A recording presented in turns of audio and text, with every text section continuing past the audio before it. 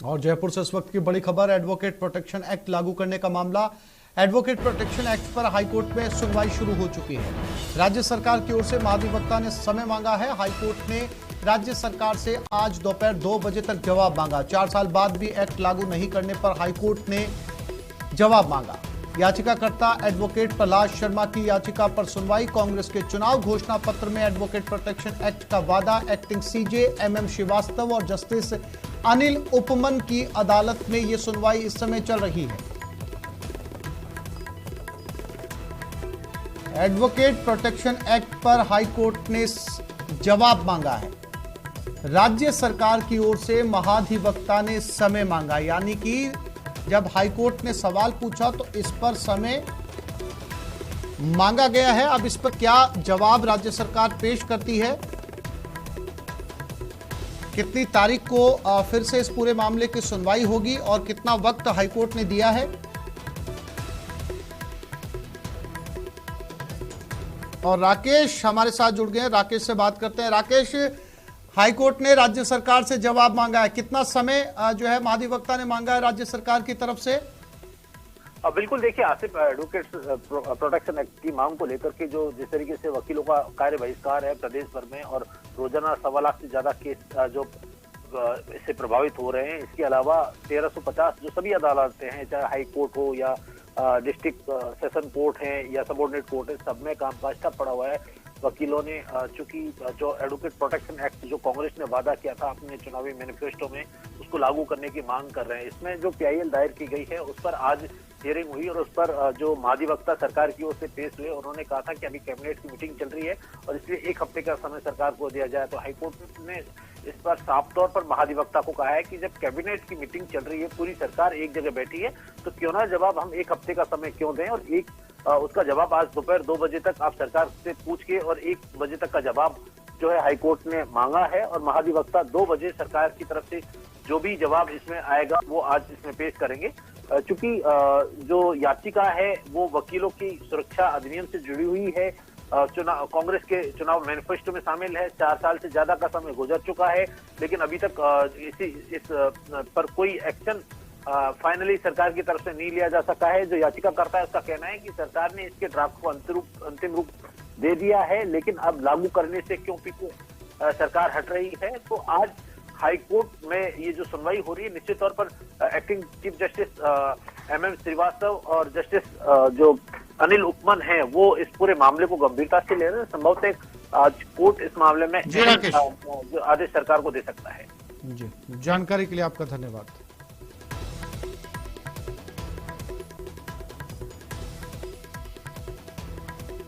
वकीलों का सामूहिक कार्य बहिष्कार जारी है। प्रदेश भर की अदालतों में सामूहिक कार्य बहिष्कार। प्रदेश भर की 1350 अदालतों में कामकाज ठप चल रहा है। रोजाना 1.25 लाख से ज्यादा केस प्रभावित हो रहे हैं। एडवोकेट प्रोटेक्शन एक्ट को लागू करने की मांग की जा रही है। वकीलों ने एक्ट लागू करने की मांग को लेकर महापंचायत की। 10 मार्च को विधानसभा का घेराव कर सकते हैं वकील।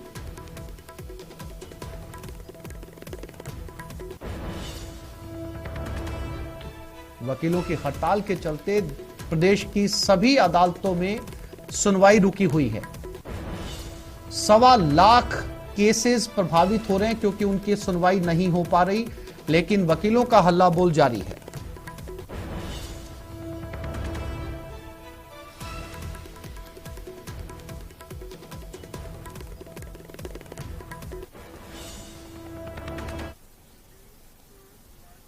और अब बात कोटा की, जहां एडवोकेट प्रोटेक्शन एक्ट लागू करने की मांग को लेकर कोटा में वकीलों ने अदालतों में न्यायिक कार्य का बहिष्कार कर रखा है। न्यायिक कार्य के बहिष्कार के चलते कोर्ट परिसर में न्याय की उम्मीद में आने वाले लोगों को भारी परेशानियों का सामना करना पड़ रहा है। वहीं लंबित मामलों की संख्या में भी इजाफा देखने को मिल रहा है। वकीलों का कहना है कि प्रदेश में पिछले कुछ समय में लगातार अधिवक्ताओं पर हमले बढ़े हैं। सरकार को अधिवक्ताओं के हित में फैसला लेकर एडवोकेट प्रोटेक्शन एक्ट लागू करना चाहिए। वकीलों का कहना है कि जब तक उनकी मांगे नहीं मानी जाती तब तक उनका आंदोलन जारी रहेगा।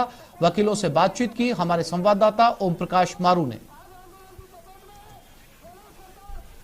तो कोचिंग नगरी में भी एडवोकेट प्रोटेक्शन लागू करने की मांग को लेकर वकील आंदोलन की राह पर है। वकील हैं जिन्होंने आज कार्य का बहिष्कार किया, उन वकीलों से भी बातचीत करते हैं और जानते हैं। मैडम, क्या है डिमांड आपकी? डिमांड ये है कि हमारे जो प्रोटेक्शन बिल है एक्ट वो मंजूर होना चाहिए।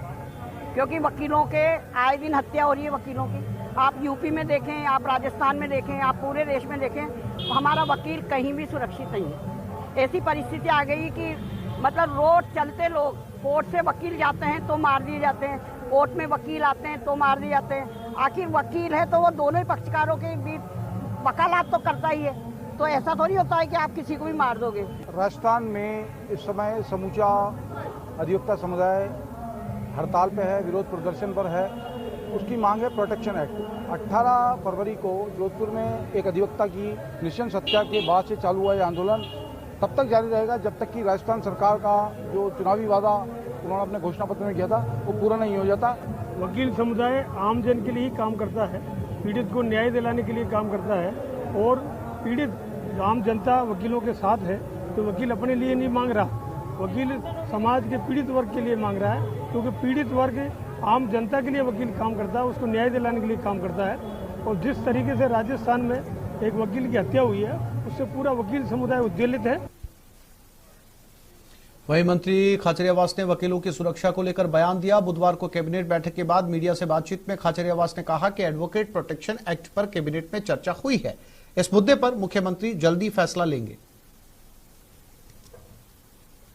एडवोकेट प्रोटेक्शन बिल को लेकर और सारे के सारी पूरी सरकार, पूरी कैबिनेट बहुत सीरियस है। हमारे एडवोकेट साथियों का हम सम्मान करते हैं। उन्होंने जो डिमांड उठाई है कैबिनेट में चर्चा हुई है, जिस पर मुख्यमंत्री जी जल्दी फैसला लेंगे। ये खबर नागौर से। राजकीय स्कूल के लिपिक ने आत्महत्या की कोशिश की। स्कूल में पेट्रोल डालकर आग लगाई। आग में जलकर 80% तक ये लिपिक झुलस गया है। गंभीर हालत में अस्पताल पहुंचाया गया है।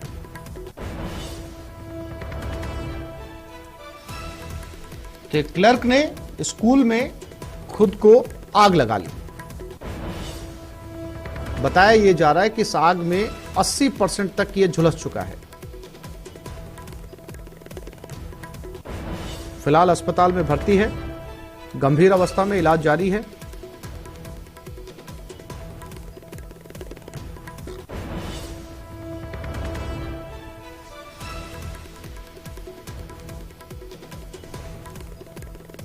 ये नागौर से खबर है, जहां पर एक स्कूल में लिपिक ने, सरकारी स्कूल थी, आत्मदाह करने की कोशिश की। स्कूल परिसर में ही खुद पर पेट्रोल डाला, आग लगा ली। क्या वजह है, इसकी जांच की जा रही है।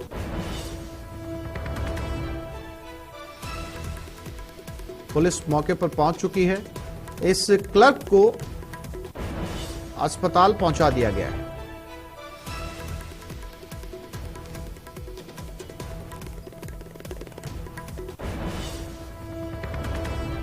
और महेंद्र हमारे साथ नागौर से जुड़ गए, उनसे बात करते हैं। महेंद्र, क्या वजह रही है, क्लर्क ने क्यों खुद को आग लगाई स्कूल परिसर में? देखिए, अब तक जो बात सामने आई है उसमें ये सामने आया कि ये स्कूल के मैनेजमेंट से परेशान था और इसी कारण स्कूल में पेट्रोल खुद पर डालकर आग लगाई। करीब 80% ये क्लर्क झुलसा है और तत्काल प्रभाव से उसे अजमेर के जेलन अस्पताल में जो बर्न वार्ड है वहाँ भर्ती करवाया और इलाज चल रहा है। करीब 55 साल की उम्र है, रामस्वरूप नाम है और जो अभी पूरी तरह से कारण स्पष्ट होने बाकी है। जो कुचामन सिटी के एडिशनल एसपी है तथा पीलवा थाने के एसएचओ है वो घटनास्थल पर अभी मौजूद है और स्कूल में ये कंडीशन होने के बाद स्कूल में छुट्टी कर दी गई है। बड़ी संख्या में मौके पर गांव के लोग मौजूद है, पुलिस मौजूद है, साथ ही तो स्थानीय जनप्रतिनिधि है, सरपंच सहित पंचायत समिति सदस्य ये भी मौके पर पहुंचे हुए हैं। क्या वजह रही, किस तरह के हालात है, इसे लेकर जो सारी स्थिति है वो पुलिस के प्रारंभिक अनुसंधान के बाद स्पष्ट हो पाएगी, क्योंकि जो लिपिक है वो 80% जुलूस गया, उसकी हालत बेहद गंभीर है। किन परिस्थितियों के कारण पेट्रोल छिड़क कर आग लगाई है, ये सारी चीजें अभी कुछ समय बाद पूरी तरह से स्पष्ट हो पाएगी। फिलहाल पुलिस इसका अनुसंधान कर रही है और जो स्कूल मैनेजमेंट से पूछताछ की जा रही है। देखिए, अभी स्कूल के जो टीचर और सहित मैनेजमेंट है वो स्कूल के भीतर ही मौजूद है। बाहर पुलिस का जाब्ता तैनात कर दिया गया है और स्कूल में जो विद्यार्थी है उनकी छुट्टी कर दी गई है। तो निश्चित तौर पर इस बड़ी घटना हुई है स्कूल के भीतर, तो कहीं ना कहीं मैनेजमेंट से इस मुद्दे पर पूछताछ होगी कि क्या वजह रही जिसकी वजह से लिपिक ने स्कूल में पेट्रोल छिड़ककर आग लगाई है। अभी मौके पर पुलिस तैनात है और लिपिक को महेंद्र, मैं फिर से लौटूंगा आपके पास में। सूरजमल जी हमारे साथ जुड़ गए हैं, थानाधिकारी हैं। सूरजमल जी, ये जो हादसा हुआ है नागौर की एक सरकारी स्कूल के अंदर, आपका अनुसंधान कहां तक पहुंचा? क्या परेशानी थी, क्यों आग लगाई? स्कूल मैनेजमेंट ने इसको लेकर आपको क्या जवाब दिया और आपने क्या कार्रवाई अब तक की है? सूरजमल जी। जी सर, ये जो है बाबू हैं स्कूल के, इनका 1 महीने पहले ट्रांसफर हो गया था गांव से 15 किलोमीटर दूर। जो ट्रांसफर हुआ था उस चीज से ये एचएम हेड मास्टर से नाराज थे और चार्ज नहीं दे रहे थे। चार्ज इनके पास था स्कूल के रिकॉर्ड का। और आज सुबह ये 8:30-9 बजे के बीच में स्कूल में आए। स्कूल बंद था, स्कूल 10 बजे खुलता है जी। कुछ पेपर वगैरह रिकॉर्ड इन्होंने जला दिया और उसके बाद खुद के ऊपर भी इन्होंने केरोसिन कूद लिया।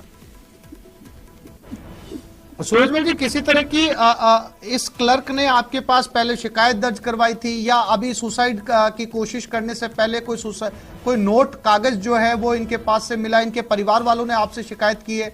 कोई एफआईआर दर्ज किया आपने इस पूरे मामले में? ऐसी कोई सूचना पहले की इनकी नहीं प्राप्त है। पहला कोई विवाद नहीं था इनके आपस में, स्कूल का कोई मैटर था, ऐसा कोई सूचना नहीं है और न ही ऐसा कोई विवाद था। और अभी जो स्कूल से जहां घटना घटी वहां से गांव के लोग ने फोन किया था तो तुरंत पुलिस वहां पहुंची और अपनी मौका मुआयना किया और जो अजमेर इलाज के लिए जो भिजवाया उसको, और वहां से मतलब उसके पर्चा बयान वगैरह के लेने के लिए एक अधिकारी को अलग से भिजवाया और अभी उसका इलाज चल रहा है। सूरजमल जी, शुक्रिया हमारे साथ जुड़ने के लिए, बातचीत करने के लिए। बताया ये जा रहा है कि ट्रांसफर से नाराज था लिपिक।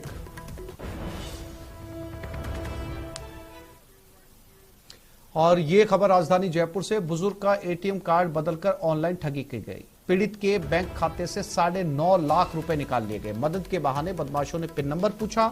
शातिर बदमाशों ने चालाकी से एटीएम कार्ड बदल लिया। पीड़ित बुजुर्ग ने थाने में शिकायत दर्ज करवाई है।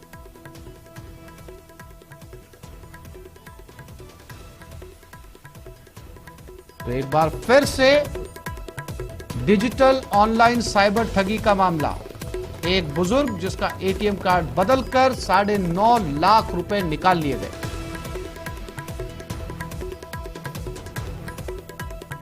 पीड़ित पहुंचा है थाने। फिलहाल पुलिस अब इस पूरे मामले की जांच कर रही है।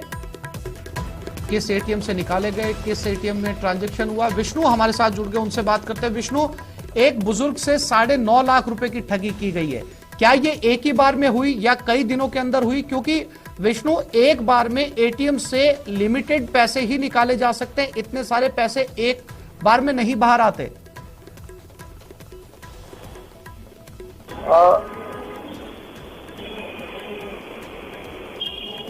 मेरी आवाज मिल रही है विष्णु? जी जी जी जी विष्णु, कैसे की गई है 9.5 लाख रुपए की ठगी? ये मामला क्या है, वो विश्वकर्मा इलाके का मामला है जहाँ पर 68 वर्षीय जो बुजुर्ग है बाबूलाल माली, ये आगरा डूंगर के रहने वाले, तो कहना है कि ये बैंक में गए थे और एटीएम, और इसी दौरान जब रुपए निकालने लगे तो वहाँ पर कुछ लोग आए, उन्होंने रुपए निकालने के मदद के नाम पर इनका एटीएम कार्ड बदल दिया, साथ में पिन नंबर भी देख लिया, जिसके बाद बुजुर्ग व्यक्ति के खाते से करीब 9,50,000 रुपए की जो रकम थी वो बदमाशों ने निकाली। जिसके बाद जब इनको मैसेज आने लगे मोबाइल पर खाते से रुपए निकलने के, तब इन्होंने विश्वकर्मा थाना इलाके में जाकर के और ये मुकदमा दर्ज किया। तो फिलहाल मुकदमा दर्ज चले, वहीं पर एटीएम में लगे सीसीटीवी फुटेज के आधार पर बदमाशों की तलाश फिलहाल पुलिस कर रही है। जी विष्णु, सवाल वही है, 9.5 लाख रुपए एक बार में निकले कैसे बाहर? देखिए, सवाल जो है वो ये कि अलग अलग ट्रांजेक्शन हुए, लेकिन बुजुर्ग व्यक्ति जो 68 साल के हैं उनको मालूम ही नहीं चला शुरुआत में कि उनके खाते से रुपए पार हो रहे हैं। जब इतनी बड़ी रकम बाद में निकली और जब उन्होंने देखा, तब जाकर बैंक प्रबंधन में जाके पूछा तो मालूम चला कि आपके खाते से ये रुपए जो ऑनलाइन ट्रांजेक्शन का हुआ है और आपके एटीएम कार्ड से ये रुपए निकले। लेकिन बुजुर्ग को ये लगता था कि एटीएम कार्ड उनके पास है, लेकिन जब बाद में मालूम चला कि एटीएम कार्ड जो है वो बदल चुका है और इसी के आधार पर ठग आराम से उनके खाते से रुपए निकाल रहे थे। जी विष्णु, जानकारी के लिए आपका धन्यवाद। जयपुर के एसएमएस अस्पताल से बड़ी खबर सामने आ रही है, जहां अस्पताल के स्ट्रोक आईसीयू से 6 इंजेक्शन गायब कर दिए गए। इन इंजेक्शन की कीमत बाजार में करीब 40 से 50 हजार रुपए की है। अस्पताल प्रशासन ने थाने में मामले की शिकायत दर्ज करवा दी है। इसके आधार पर पुलिस ने जांच शुरू कर दी।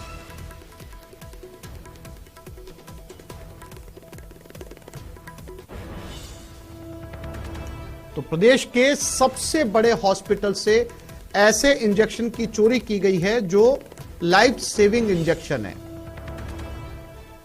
40 से 45 हजार रुपए कीमत एक इंजेक्शन की। फिलहाल पुलिस जांच कर रही है। 6 इंजेक्शन गायब किए गए हैं। और अब बात टोंक की, जहां देवली में भीषण सड़क हादसा हुआ। यहां एक वैन खड़े ट्रक में जा घुसी। इस हादसे में 4 लोगों की मौत हो गई, 3 लोग गंभीर रूप से घायल हो गए। घायलों को टोंक सादत अस्पताल पहुंचाया गया, जहां से गंभीर घायल को जयपुर रेफर कर दिया गया। जानकारी के मुताबिक वैन ड्राइवर के अलावा सभी लोग एक ही परिवार के थे। सभी लोग खाटू श्याम मंदिर से दर्शन कर देवली आ रहे थे, लेकिन देवड़ावास के पास हादसे का शिकार हो गए।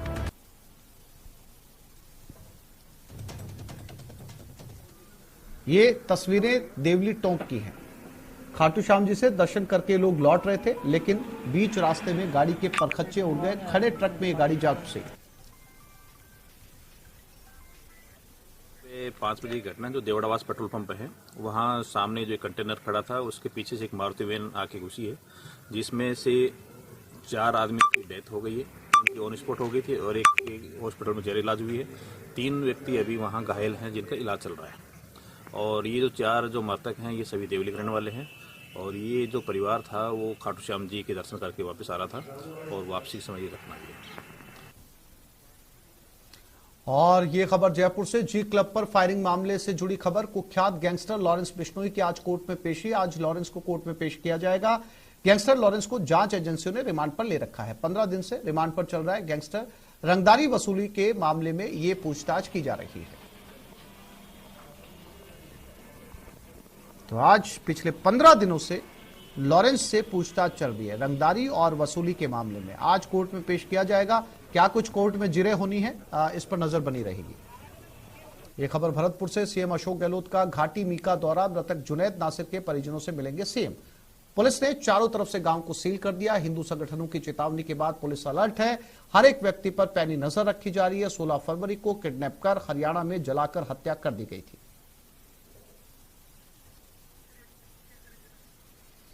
तो भरतपुर में पहुंचने वाले हैं मुख्यमंत्री अशोक गहलोत।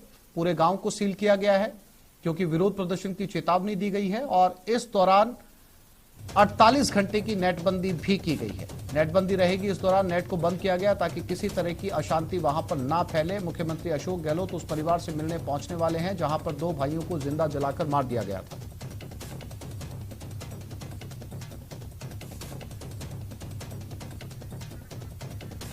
और ये खबर भी भरतपुर से जुड़ी हुई है। सीएम के दौरे से पहले प्रशासन ने नेटबंदी बढ़ा दी। 3 मार्च सुबह 11 बजे तक नेट बंद रहेगा। पहले 48 घंटे के लिए नेट बंद किया गया था। गांव के चारों तरफ भारी पुलिस जाब्ता तैनात किया गया। वीएचपी और बजरंग दल ने विरोध की चेतावनी दी है।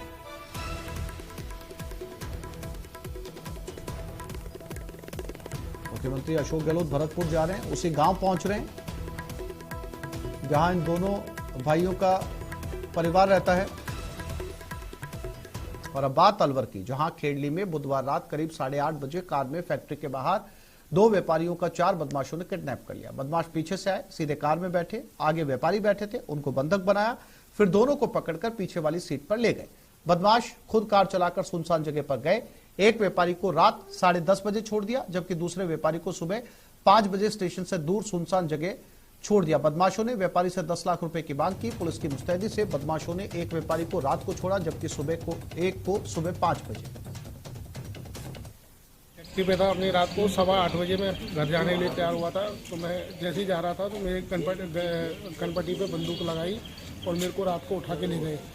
2 घंटे 2.5 घंटे घुमा के आसपास फील्ड के आसपास ही इन्होंने मेरे को बंद रखा और सुबह के टाइम छोड़ दिया और 10 लाख रुपए की डिमांड मांगी उन्होंने।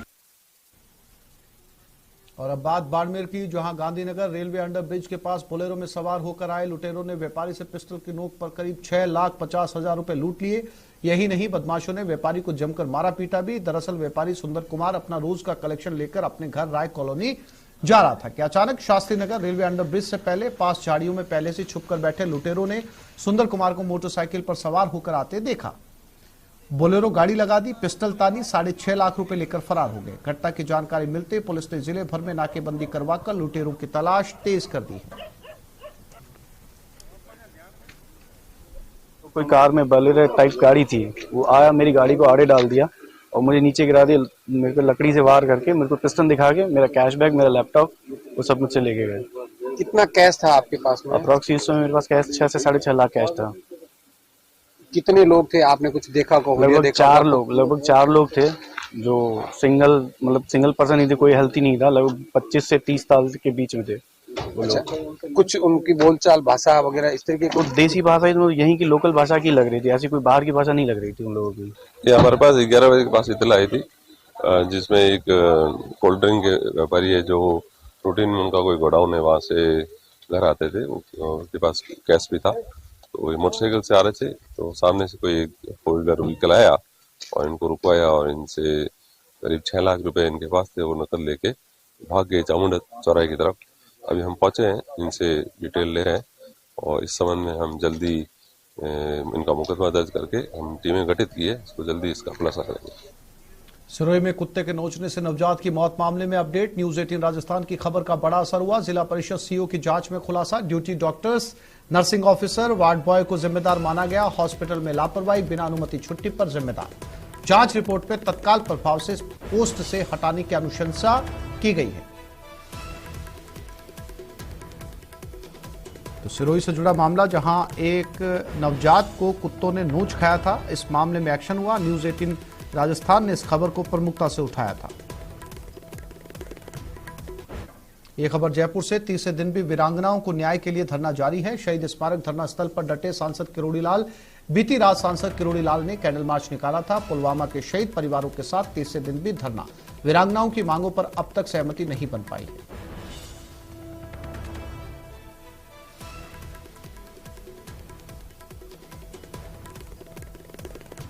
और अब बात उदयपुर की, जहां उदयपुर पुलिस ने 4 नामजद आरोपियों को गिरफ्तार किया। इन पर आरोप है गोगुंदा थाना क्षेत्र में मंगलवार रात Shiv Shakti restaurant and guest house में तोड़फोड़ और पेट्रोल डालकर आग लगाने की। पुलिस के मुताबिक इस घटना के बाद ही पुलिस ने टीमें गठित कर आरोपियों की तलाश शुरू कर दी। घटना के 2 घंटे बाद ही आरोपियों को डिटेन कर सख्ती से पूछताछ की गई। पुलिस से इस मामले में धर्मेश प्रजापत, निर्भय सिंह, गोपाल वाल्मीकि, सनी वाल्मीकि को गिरफ्तार किया गया। लड़कों से कोई इनकी पैसे नहीं देने के लिए मना कर दिया, इसलिए कोई कहा सुनी बात हो गई थी। इस पर उन्होंने जान से मारने की धमकी दी और फिर रात को आग लगाने की धमकी दी। तब मैं पहुंच गया, इनको आपस में समझा के इनको रवाना किया वहां से और उनको भी सुला दिया। और फिर रात को ये जाके पेट्रोल ले जाके आग अंदर उतर के होटल के अंदर और पूरे काउंटर, सब फ्रीज पे, टेबल कुर्सी पे, पूरे फर्नीचर पे आग लगा दी। ये खबर सीकर से। खाटू श्याम में बंद हुई वीआईपी पास से दर्शन व्यवस्था। जिला कलेक्टर ने आज से व्यवस्था बंद करवा दी। अब केवल ऑनलाइन ही वीआईपी पास मिलेगा। कलेक्टर एसपी को जानकारी देने पर ही वीआईपी पास इश्यू किया जाएगा। यानी कि अब वीआईपी पास से दर्शन व्यवस्था बंद, क्योंकि अगले 2 दिनों तक मेला पीक पर रहेगा। ऐसे में आम लोगों को किसी तरह की अव्यवस्था ना हो, मुश्किलें ना आए, इसलिए वीआईपी दर्शन बंद।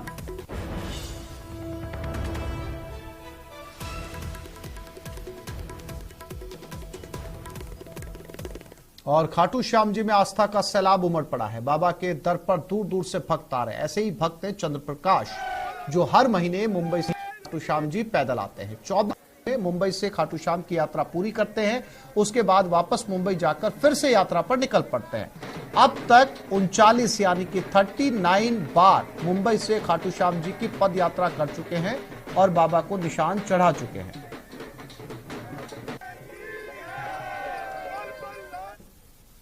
के बाबा श्याम के भक्तों के अपने अपने अनूठे अंदाज है। इसी तरह के बाबा श्याम के अनूठे भक्त हैं चंद्र प्रकाश, जो हर महीने मुंबई से खाटू श्याम जी तक की पैदल यात्रा करते हैं और बाबा को निशान चढ़ाते हैं। हर महीने ये यात्रा चलती है और तकरीबन 1300 किलोमीटर की जो यात्रा है ये 20 से 25 दिन में पूरी करते हैं और रोज 60 किलोमीटर 70 किलोमीटर तक ये रोज पैदल यात्रा करके और हर महीने मुंबई से आते हैं। उसके बाद फ्लाइट से वापस जाकर के और वापस वहां से रवाना हो जाते हैं। हमारे साथ है चंद्रप्रकाश, इनसे हम बातचीत करेंगे और जानेंगे कि किस तरह चंद्रप्रकाश जी किस तरह से यात्रा शुरू हुई और फिर आज कितने दिन हो गए। सर ये 2019 की बात है, अप्रैल के महीने में। उस टाइम पे बाबा की कृपा से और बाबा के आदेश से हालातों से ये हुई थी। वैसे कोई मतलब कोई ऐसा कोई प्लानिंग वगैरह वैसे नहीं, अनप्लान्ड ये था। पहले दिन मेरे को पता भी नहीं था कि कहाँ से कहाँ पे रुकना है, क्या रुकना है। और जैसे जैसे गए पहली यात्रा में बाबा ने इस तरह से कर दिया कि भक्तों का साथ मिलता गया, श्याम प्रेमियों का बाबा के आदेश से साथ मिलता गया और ये यात्रा अनवर चलती रही। श्याम बाबा साथ में और श्याम बाबा के भक्त साथ में है तो कोई ऐसे देखते नहीं। हमारे भैया लोग हैं, विजेंद्र भैया लोग, मुरारी जी, सबके सब तैयार रहते हैं, खड़े रहते हैं। कितनी यात्रा करने का प्लान है सर? ये जैसे मैंने पहले बताया था कि तो इस बुलेटिन में फिलहाल इतना ही। नमस्कार।